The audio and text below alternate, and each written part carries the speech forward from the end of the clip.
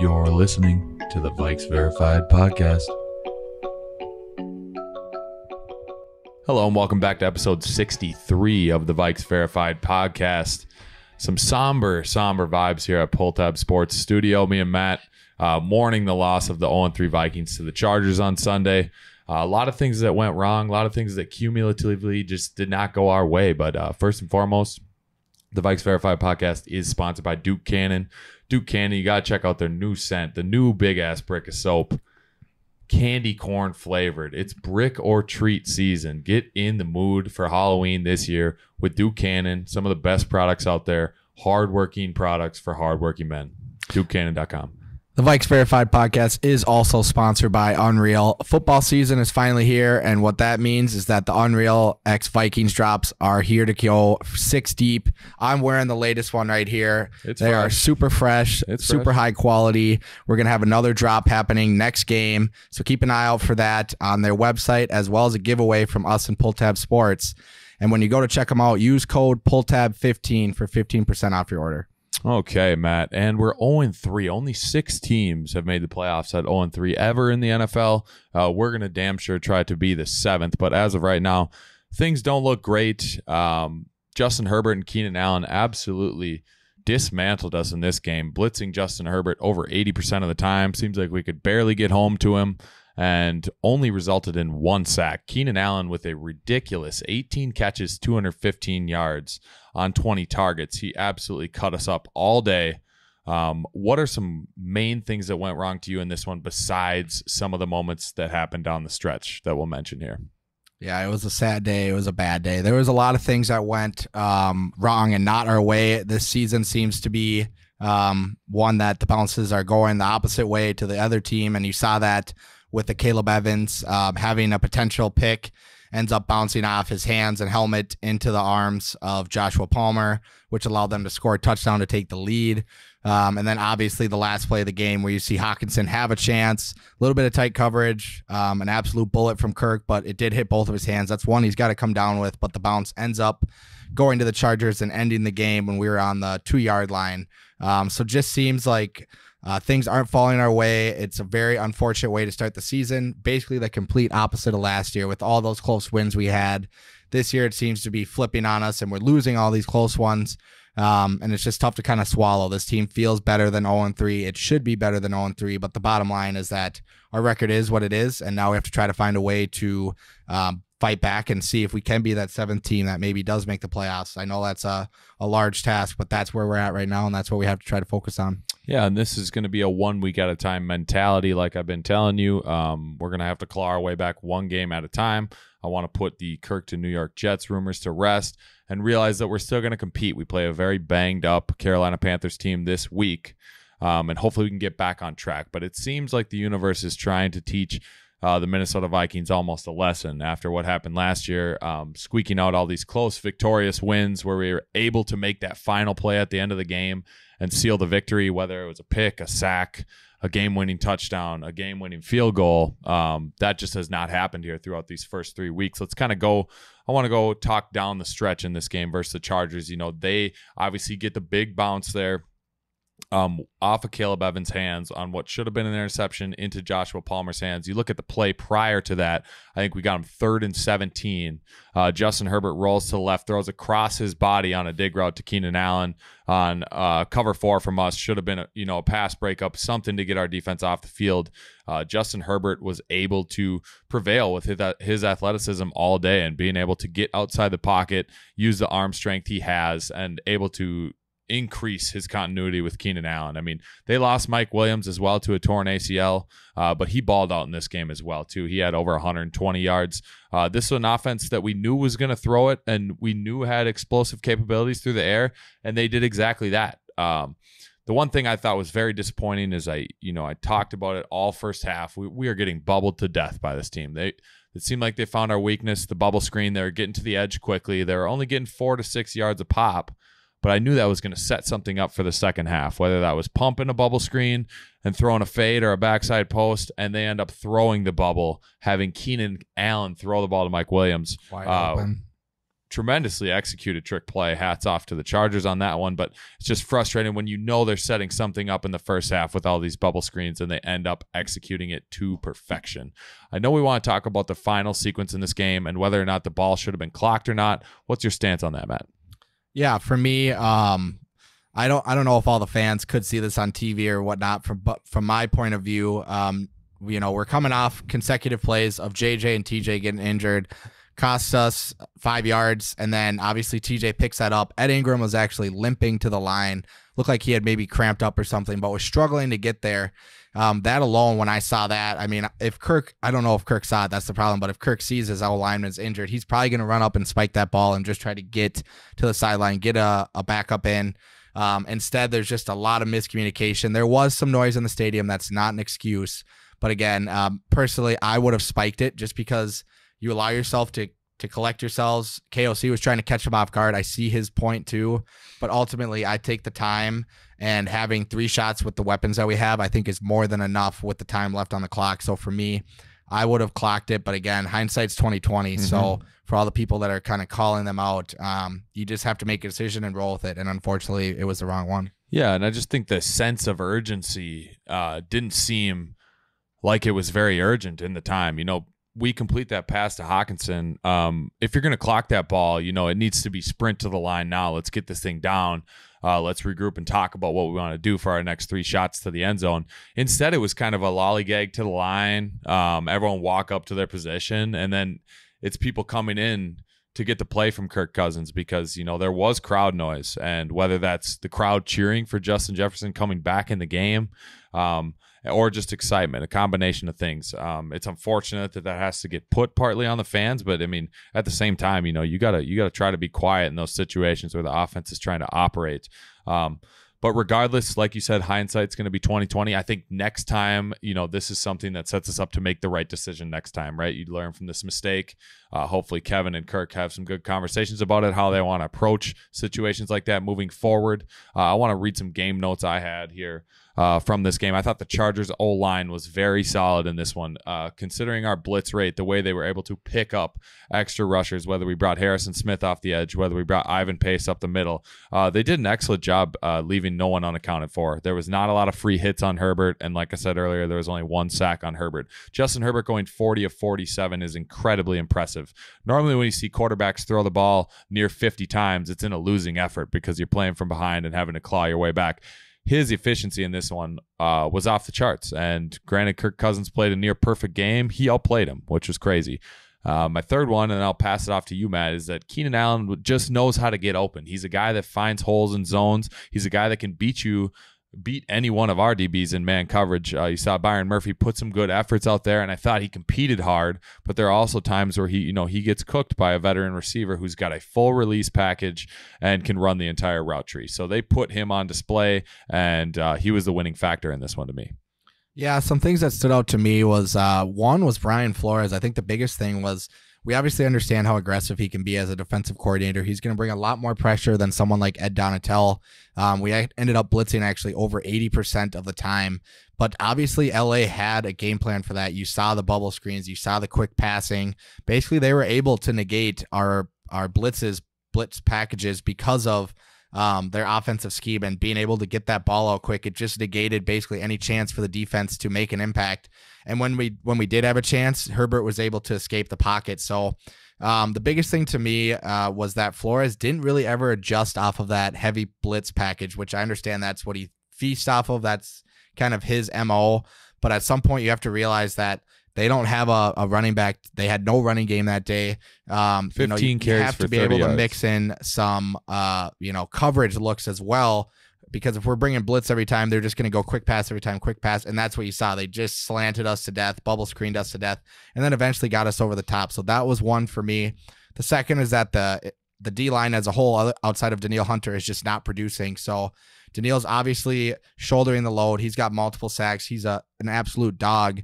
But guys like Dean Lowry, DJ Wanham, Tonga, who was inactive, Roy, a young guy, Bullard had a big play, but still needs to produce more in the pass rush game. All those guys needs to step up as a whole because we can't just depend on Danielle Hunter to make all the plays, especially with Davenport, who unfortunately hasn't been able to play a game yet in a Vikings uniform. So that D-line needs to get better as a whole. And my final thing would be just, again, we keep making errors in the red zone. We kicked a field goal in the red zone. Hawkinson's fumble, I believed, happened just inside the 20. And then obviously we have the tip pass inside the 5-yard line. Those are just drives you have to convert on. They're momentum changing swings. And I feel like that's been our biggest problem this year, is just timely turnovers that switch the momentum to the other team, and it's hard to come back from. So I think those were 3 things that really stood out to me as to why this game did not go our way and why we're 0-3. Yeah, the untimely mistakes, I think, is the most frustrating thing. And if you're a Vikings fan right now, you obviously feel this deep-rooted frustration. And the frustration, to me, comes from the fact that, I'd be all right if our team was 0-3 and I felt like we couldn't compete. We didn't have the team to play at a high level. But unfortunately, it's more frustrating when you do have a majority of those pieces in place and you have a team that can compete now, and a team that's making the most untimely turnovers and untimely mistakes possible to lose these games. I would say we're a combined 8 to 10 plays away from potentially being 3-0, and that's what hurts the most. If we're a Chicago Bears or a Broncos, then it's time to embrace a rebuild. Let's put something together with some pieces that we don't have right now. But this is a team that can win, and a team that I still believe is in borderline the top half of teams in the league in terms of talent and potential. So we're going to have to see that through. One thing I do want to highlight, and I've been meaning to highlight this for 2 weeks now, is the impressive play of Cam Bynum to me. Safety number 24. I am so impressed with his open field tackling this season. And obviously he's a little bit under scrutiny because, we have some other safeties behind him. For example, Lewis Seen, a guy that people want to see on the field more often. People talk about Cam Bynum, maybe being a little bit inconsistent. So far this year, he has made, I think, 10-plus tackles in 2 games, and I don't think he's missed a tackle in the open field. He is a very good player in our secondary, and there's a reason why a guy like Lewis Seen, unfortunately, has not taken a defensive snap this season. Not saying we're not going to need him, but give credit where credit's due, and they are playing the 3 best safeties we have on the roster right now. That is Metellus, Harrison Smith, and Cam Bynum.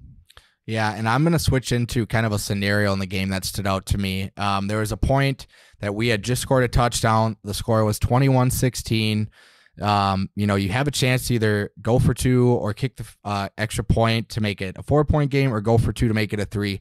Personally, when I saw a score, I was damn near screaming at the field to go for 2. Yep. Because to me, I would rather be within 3 points. If you miss, you still need a touchdown, whether it's 4 or 5. I was a little bit perplexed to not see Kevin O'Connell go for that in that situation, because obviously hindsight's 20/20. But if you look at it, if we get that extra point somehow, not only do we not have to try to get a touchdown to win it, we could kick a field goal to tie it and go to OT. Yep. It's somewhat of a domino effect. But to me, that was an area in coaching that was a bit disappointing from Kevin O'Connell, just in the fact that it seemed pretty obvious from my eyes that it made sense to go for 2. You don't have a ton to lose there. And we just decided to kind of be complacent, vanilla, and just kick the extra point. What would you have done in that situation, Nick? Do you go for 2 or do you kick the extra point? I'm going for 2 all day. And I was in the same boat as you, standing on the table for us to come out, in an offensive formation and go for 2 after that touchdown. I thought it was the right move, 100%. And, it makes it even worse when you look back and see we lost by 4 instead of 3, like you said. Could have had a chance to send it to OT in front of our home crowd. And we're not the only ones kicking ourselves. The coaching staff, that's things that you evaluate after the game. And it did shock me in the moment, as analytics based as we are, and having the background and the people on staff to probably communicate that in the moment. The fact that we didn't go for 2 there was shocking to me as well. So we'll see if we become a little bit more aggressive in those situations as the next few weeks come.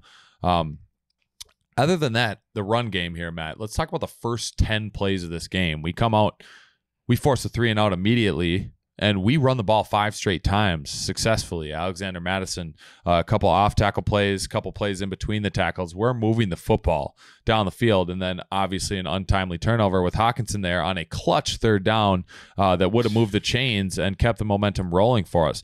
I said last week that if we get over 80 yards rushing in this game, that would be considered a major win from me. Well, guess what? We had over 100 yards rushing, and the Chargers had 30 yards rushing, and we still weren't able to get it done. So, contrary to my belief last week, the the rushing game wasn't the deciding factor in this game. Alexander Mattison, 20 carries for 93 yards. I thought he had a good week. Other than the fumble that was a gift and probably should have been their ball on the goal line, I thought he kind of held his own this week running the football. So I think that was encouraging to at least see a little bit of life and a little bit more of a creative play design on the ground. But then again, just not enough to get it done. Yeah, I think ball security is just still a big issue for Madison and this team as a whole. He did run better. The O-line, I think you have to attribute that more to the O-line. I think the scheme and the execution was a lot better from our front five. But again, I mean, Madison could have had 1 or 2 extra fumbles there if they don't call forward progress or down by contact. A lot of those were kind of 50-50 calls almost that went our way. He got away with a couple there. That's just very concerning to see, and you could hear it in Kevin O'Connell's press conference yesterday. He's usually an upbeat guy. Yesterday, he seemed not only defeated, but pissed off, which was encouraging to see because he needs to be pissed off. He needs to realize that, our backs are up against the wall and we need to make plays. And what he said was basically if they can't hold on to the ball, we're going to put guys in that can. So he's putting kind of a deadline on, guys like Madison, Hawkinson, Osborne, all guys who have fumbled, that if this keeps happening, you're just going to simply get benched. And we're at the point where it needs to be that simple. It needs to be black and white. If you fumble the ball, you're probably going to sit on the bench. We just can't afford for any more mistakes or leeway. This team has to emphasize holding the ball and basically being able to maintain our drives because like you mentioned, I think the swings were when Hawkinson had fumbled that ball when we're driving to go take the lead. And then ultimately, to end the game. So those are just situations that we have to be better in or we're never going to win these football games. Yeah, and realistically, they're not going to bench our $60 million tight end due to ball security. But can we talk about Donald Parham Jr. in this game and how much that pissed me off? I mean, the guy came into the game with stickum on his hands, I guess. I mean, Justin Herbert on the 2-point conversion fires a 90-mile-an-hour fastball at this guy, sticks to his hands, and then he's able to make another great catch early in the game for a touchdown. It's like, how much more frustrating can it get when you're watching other teams operate and their execution in the red zone compared to ours? It is extremely frustrating, but we're going to go ahead and move ahead now. All we're gonna do is dig ourselves a deeper hole talking about this Chargers game. All of you watched it. We saw the couple plays that made the difference, but all in all, we were right in it, and the best player in football is still on our team, and he's still producing at a very high level. And shout out to KJ, too. Everybody doubting KJ this week came up and made one of the biggest plays of the game. Still deserved more targets and almost had 2 touchdowns, probably with a better Kirk Cousins throw on that crosser, but KJ stepped up big time as well as Jordan Addison, so the 3-headed snake is still intact at the wide receiver position. All right, we're going to go around the NFL now, presented by Duke Cannon, and talk a little bit about these games around the league. Definitely. So I'll start off 49ers 30, Giants 12. You could say that the 49ers stomped out the Giants in this Thursday night matchup. And next we had the Lions 20 and Bijan Robinson's Falcons 6. It is bad news for the NFC North seeing Dan Campbell get hot, but I'm still not sold on these Detroit Lions. This one pains me to say. Packers 18, Saints 17. Saints decided to sail their chances and let the game go in the fourth quarter. And we had the Texans 37 and the Jags 17. What's going on in Jacksonville? Also, get used to hearing Stroud to Tank Dell all season long. And this one was an absolute blowout. We got the Dolphins 70, Broncos 20. This is ultimately all I can say is that this is very good karma for Sean Payton. As a guy who's become a Minnesota enemy, it is great to see him get his butt whooped by the Dolphins. And in America's most bland game of the week, the Browns 23, the Titans 3, and we've got trouble in Tennessee. And the Bills put a whooping on the Commanders with a score of 37-3. Yeesh. You could say the Bills were the ones in command. That's right.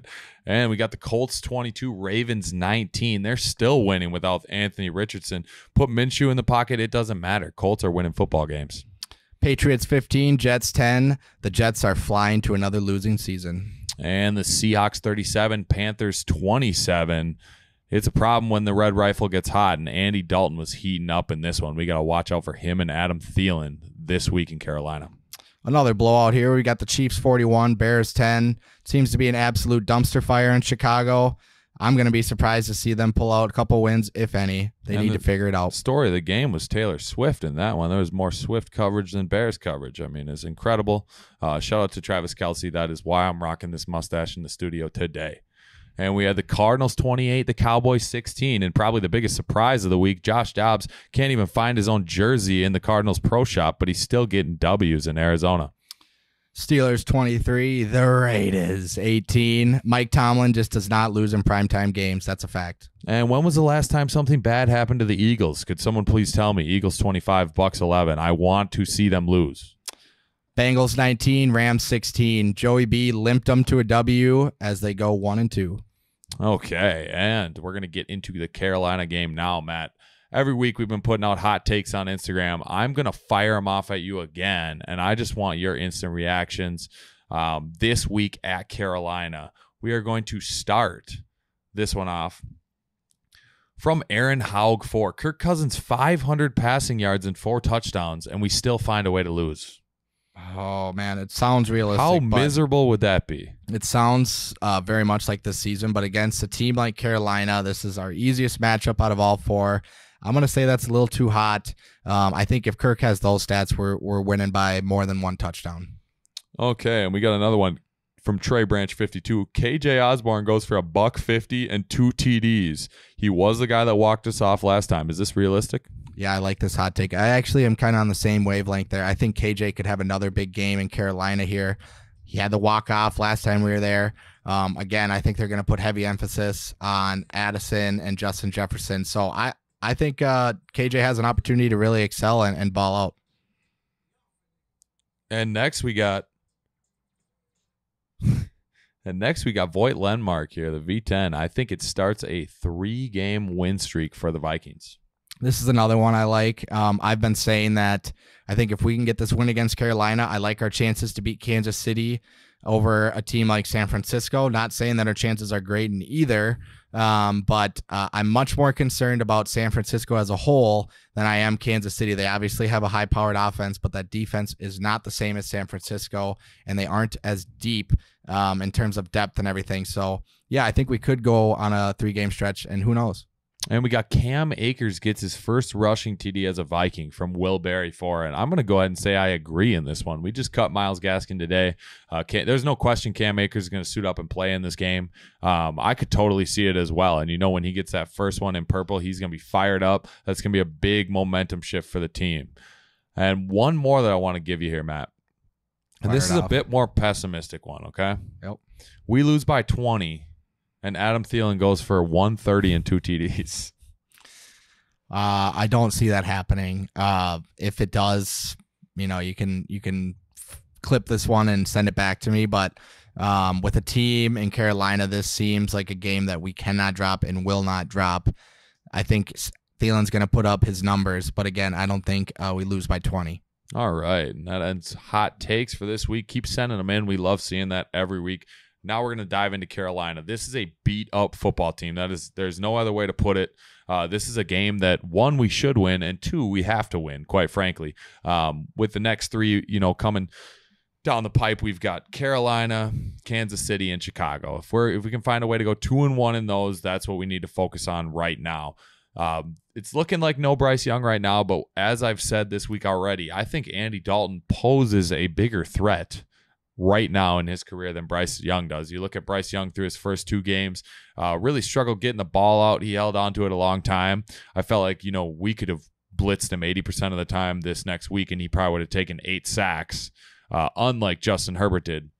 And his inexperience really would have showed. Now, Andy Dalton is a guy that's carved us up before. If you can remember as early as last year in London, when he was making plays, 1-score game there again. I'm a little bit more nervous, especially that he kind of unlocked Adam Thielen. Adam Thielen able to get 11 catches, and a touchdown as well. I think he's over 130 yards. So does that make sense that Andy Dalton seems like more of a threat to me than Bryce Young? Yes, 100%. Bryce has looked somewhat timid in his first couple starts here, and that's totally fine. He's a rookie. He's trying to process the NFL offense, the playbook, and the speed of the National Football League. A guy like Andy Dalton, this isn't his first walk around the block. That's why he is much more of an issue for us, because he knows how to read defenses better. He knows how to adjust on the fly. He can command an offense still. He's one of the best backups in the league, no doubt about it. So, you know, you have to feel very confident as Carolina bringing a guy like Dalton in to start this game, because he can get the ball to guys like Thielen, DJ Chark, Miles Sanders out of the backfield. They've got weapons, and he's going to be able to at least have this offense humming at a certain degree. It felt like Bryce, if you bring a lot of pressure at him, you know, he just can't process things as quick yet. He's still getting adjusted to everything.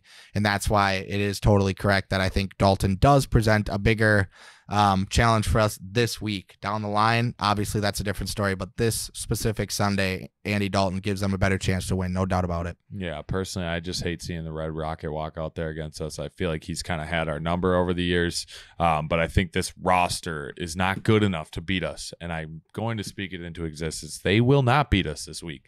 There's no way that they can, and we're going to come out with a huge chip on our shoulders being 0-3. I don't think this is a team that's ready to roll over yet. I think this is a game where we go in aggressive. We find a way to take it to these guys. I mean, it's been since 2019 that we've won a game by more than one score. I really think that this is an opportunity to do that this week and set a tone for how we want to be the rest of the season. This division, you know, we have 2-2-1 teams. We're 0-3. A lot can change. We got 14 games left. It's time to light a fire now, and we couldn't ask for a better team to light a fire now against the 0-3 Carolina Panthers, who are half in a rebuild, half in trying to sign competitive players in their late 20s. So one question I'm going to ask you is, will we see a changing of the guard this week and see Dalton Risner come in for Ed Ingram? Yes, I do think we see that change of the guard. And I mean, if you're going to sign a guy like Risner, I mean, there's got to be a reason for it. And if you don't start him this week when you're 0-3, what's the point? You know, are you going to throw him in when we're 0, if we go 0-5, whatever it may be? It just doesn't. You sign him to play him, and this is the week that you put him in. Now, Ed Ingram had a somewhat up and down game against the Chargers, was solid in the run game. It's kind of steamrolling, but still struggles with picking up stunts and his consistency. And if Risner can show that he's a lot more consistent than a guy like Ed Ingram, I think you're going to see him slide into the starting role. Now, another guy that may be back this week is KIRKT Bradbury. So this offensive line could have a little bit of a different look to it now than we have seen the first couple weeks. Bradbury obviously injured early in the first game. Haven't really seen him since. So you're adding basically 2 new starters to this offensive line. I think it could be a huge boost for the interior here. And if they do start Ed, I think it's a very thin line that he's going to have in terms of if he makes any mistakes. I think Risner's going to be right there behind to kind of fill in. So again, I do see that. Another area that I'm kind of focusing in on is Carolina's defense. Carolina's dealing with a lot of injuries on the defensive side of ball. Frankie Louvu, who has become a standout linebacker for them, injured. J.C. Horn on IR. Shaq Thompson out for the year. Xavier Woods, former Minnesota safety, out. C.J. Henderson out. Now they still have guys like Brian Burns, Jeremy Chin, and Derek Brown. But we have to be somewhat, it sounds bad, but we have to be somewhat encouraged to see a lot of their defensive players, playing backups, because, again, this is a game that we need to not only win, but dominate. Yeah, on paper, we should dominate the football game, right? But it comes down to actually doing that and executing on game day. So, we have all the opportunity in the world, like we've said, to go out and prove a statement here. Quick stat for off the tops, we got Ed Ingram, 14 sacks allowed in 20 career starts. We got Dalton Risner, 10 sacks allowed in 62 career starts. That's pretty much all I need to see. I know that Ed is, come into his own a little bit as a run blocker, and that's great to see. He can do a really nice job in that facet, but the fact of the matter is we need great pass protectors. That's what this offense is going to be predicated on moving forward. Our best weapons are our 3 receivers on the perimeter and TJ Hawkinson, and we need to find ways to keep Kirk comfortable and let him deliver the ball downfield, because when he does have a clean pocket, he's proven to be a top 5 quarterback, and you really can't change my mind otherwise. He drops absolute dimes, and I expect it to be no different this Sunday in Carolina. So now, Matt, my players to watch on Carolina, we're obviously going to go with the former Viking, Adam Thielen. Mm-hmm. He's a guy that, it was kind of a tough breakup with the Minnesota Vikings. A lot of fans wanted to see him stay. A lot of fans wanted to see him go, said he was past his prime. But either way, Adam Thielen is motivated for this season, and he's a little bit down that they're 0-3. He said he was going to go to a winning program and wanted to compete for a Super Bowl. Well, here he is staring his former team in the face at 0-3 while he is 0-3 as well. So he's a player to watch. Brian Burns is always a player to watch. He's an elite edge rusher in this league. He's got great quickness, great pass rushing arsenal, and he's only 25 years old. I don't think people realize that. He was playing in the league when he was 20 years old. This is his 5th year, and he's only 25 years old. Miles Sanders, the former Philadelphia Eagles running back, still has plenty of juice. He's a guy that's taken a lot of a workload and a lot of a beating, actually, so far in his career, but he still has a lot of lightning ability, and he is going to be someone we need to stop. And then DJ Chark Jr. is a guy who came alive for them this last week, had a nice spin move on a fade route, was able to score a touchdown. I think Andy Dalton kind of unlocks DJ Chark and Terrace Marshall a little bit more than Bryce Young would have. Who are your players to watch for Minnesota this week? Yeah, for Minnesota, it starts with TJ Hawkinson. Obviously, a great tight end, but had a little bit of a rough game last week. So I'm expecting him to bounce back a little bit and really put up some solid numbers. Another guy is Jonathan Bullard. He came up with the big 4th-and-1 stop, gave us that chance to still win the ball game inside the 25-yard line. He's a guy that not only can be effective in the run game, but I'd like to see if he can be, an asset in the pass rush as well. So I'm keeping my eyes on him. Reisner, no doubt about it. A lot of eyes are going to be on him this game due to the recent signing, due to our interior O-line issues. There's going to be everyone watching him, and I would not be surprised to see him starting. And then finally, I think a guy in Ivan Pace Jr. has came onto the scene, has taken the starting role from Brian Asamoah, is an absolute missile on the field. You see what he can do, tackling, blitzing. Now we need to see a little bit more from the coverage side of things. Can he become that 3-faceted linebacker that can kind of do it all? You know he can do some of the things. Now it's about improving his coverage game if he wants to become a true full-time starter for this defense. So those are 4 guys I'm watching on the Minnesota side of the ball. Obviously, as a former Maverick, I'm going to be having my eyes on Adam Thielen. He's talking this game down like it's not a revenge game. I think that's cap. He's definitely going to be trying to put up some numbers. Cap. And you know Frank Reich and that offense is going to be trying to feature him. This was set up from the moment he signed there. He's had this game circled on his schedule, whether he says it or not, and I expect him to have a solid game. So, hope the best for him, but overall, I think we're going to be the ones on top. I certainly think there's going to be no shortage of targets for Adam Thielen this week. He is going to get his workload through the air. And the Vikings open this game as 3.5-point favorites out of the gate. And I got bad news for Carolina Panthers fans because this game's on October 1st, and you know what that means. It's officially KIRKTOber. And Kirk's coming for blood as an 0-3 Viking right now. This is his month historically to turn up. He's done it every single year, put up fantastic stats after a little bit slower start typically. It is officially KIRKTOber, presented by Keenan.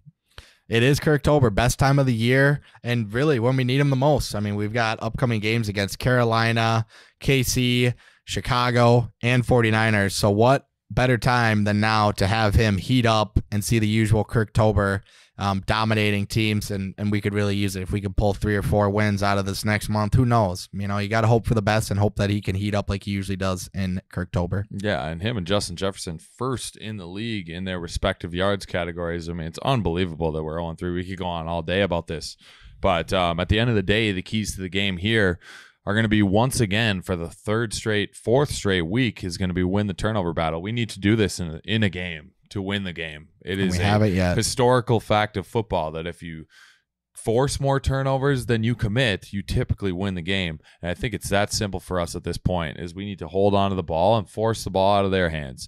The second key to the game for me is going to be not letting Andy Dalton heat up. He's historically kind of a Vikings killer. And after we saw him last year, I mean, he's still got plenty of juice left in the tank. This is a guy who just kind of plays his role as a backup a majority of the time, but it seems like wherever he's gone, the starter's gotten hurt and he's had to play. And he's done a pretty good job in doing so every single time. So not letting Andy Dalton, the Red Rocket, heat up is a key to the game. And then another key to the game is going to be converting in the red zone, Matt. Can you elaborate on maybe what we could change to convert a little bit more in the red zone? Obviously, Justin Jefferson gets a ton of attention in the red zone, and that kind of helps free other guys up. What would you like to see differently from maybe a play calling standpoint, or who we should target in the red zone for more success? Well, I think it starts with, you look at Sunday's game. We had a chance from the 1, and we go in 3 tight end formation. Our offensive line is just not built to be that kind of bully offensive line that you may see in San Francisco or Philadelphia. We're more of an agile zone type offensive line. So when I saw us get in that formation, I was hoping that we were either running a QB sneak or fullback dive. And, what do you know? We run a halfback dive that gets absolutely stuffed. We lose 3 yards, completely changes the play calling standpoint from where KOC is coming. And then it almost kind of frazzles him. Sometimes I feel like KOC in the red zone needs to not be so sexy. He's a great play caller, but he almost tries to outsmart himself when he gets inside the 10, 5-yard line. Now, the other thing that's out of his control that we need to change is stop turning the ball over. We have done it, a multitude of times. Those are huge change of events. When you can't even get a single point out of being in the red zone, that's just an absolute no-no. So I think it's a mix of two things. I think, obviously, the players need to do a better job of executing and holding on to the ball like they should, and also just don't outsmart yourself. This doesn't need to be rocket science. I thought the mesh call that he had was great to Madison. So good. If Something Brian like O'Neill that can hold is up what a we half need. second longer. Don't need to do these crazy play actions or try to stuff the ball in from the one when we just aren't built like that. Just keep it simple. Let the players make plays and then trust them. And that's where it's going to come down to, because they haven't so far. And that's what I think is the disconnect, is he's almost trying to make the perfect play when I think a good play gets us in the end zone. Yeah, and just putting, elite skill players in space. It's the name of the game, right? So I agree with you. Don't get too sexy. And if we are going to try to go ground and pound, could I see CJ Ham on a fullback dive? Exactly. Could we get a fake halfback flip, fullback dive, the old Madden play? Just give it to the big fella. I mean, I know Alexander Madison's a big back as well, and he can get going downhill, but we got CJ Ham. We signed him to an extension for a reason. Let him pound the rock inside the 5. How do you expect that guy to fall backwards? I mean, just look at his build. You give him the ball right up the middle. He's got the heart to get in every single time. Let's get CJ more touches inside the 10. And one guy that can cook in the red zone is Adam Thielen, and that's our last key, is to not let Adam Thielen abuse us in the red zone. We are all familiar as Vikings fans knowing what he can do. He's a touchdown machine when he gets inside the 20. He just is still a pretty good route runner, can still create separation. He's a guy that I'm highlighting if they get inside the 25, 20-yard line, as a guy that we need to kind of maintain and lock down, because we saw what he could do against opposing defenses. Now he's on the other side, flip side, and he's going to be trying to score a touchdown, if not 2. So that's my other key, is kind of locking him up once we get inside the 20. I do think now it's time to talk about some other sponsors of the Vikes Verified podcast. The Vikes Verified podcast is sponsored by Jimmy's Dips and Dressings. 4 words: look for the apples. Fall is in the air. Leaves are falling, changing. It's that time of the year. It is no better time to go get yourself some caramel apple dip from Jimmy's Dressings. They are available at Cub and a lot of your local Hy-Vees and grocery stores. Go check them out if you're looking for some awesome dressing and dips. And another one will be Chill Boys. You guys need to check out Chill Boys if you have not yet. It's the coolest underwear in the game. Bamboo boxers. You're not going to believe it until you try it. I know that I didn't. I know that Matt didn't. And guess what? The first time we put these things on, it's easy to tell the difference. Keeps you cool all day long. And you can kiss those old sweaty boxers goodbye, because Chill Boys got you covered all day. Chillboys.com. All right, Matt. Let's get into score predictions now. I'm coming out and saying, it is officially KIRKT. It's scary hours for the Panthers. It is a nightmare on Panther Street this week. Kirk's going Freddy Krueger, out for blood, 0-3 Vikings. Need to have a kill them mentality. Not literally, but kill them as in win by multiple scores. Put a team away, step on their throat mentality. I'm sick of 1-score games. You look at this team's defense, they are banged up. They're missing 5 to 7 starters. This is a game that we need to come in and just put them away. Multiple scores, no mercy mentality, run the ball when we're up, continue to be aggressive, and let's win by multiple scores. I got us 27-13 in this one, Vikes. Yeah, I'm on the same page. I think we are all accustomed as Vikings fans to seeing 1-score games close down to the wire, which is great, entertaining. Like Nick said, this team is battered, bruised, not the same talent-wise as we are, top to bottom. So again, this is an opportunity for the Vikings not only to get their first win, but to really establish some confidence coming back home, hosting a team in Kansas City that's going to be a high-powered, high-scoring game.